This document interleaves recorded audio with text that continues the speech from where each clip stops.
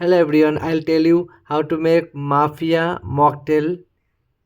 First of all, take a shaker glass and fill the glass with lots of ice cube.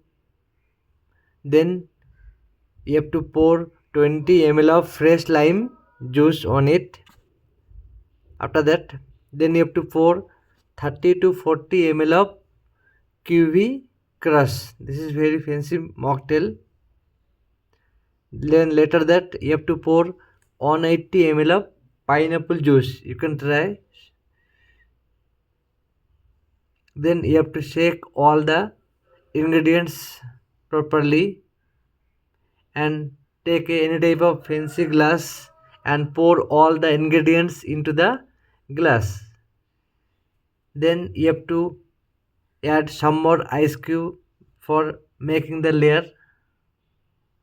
Then you have to pour coke on top of the glass. See how the fancy mocktail is ready.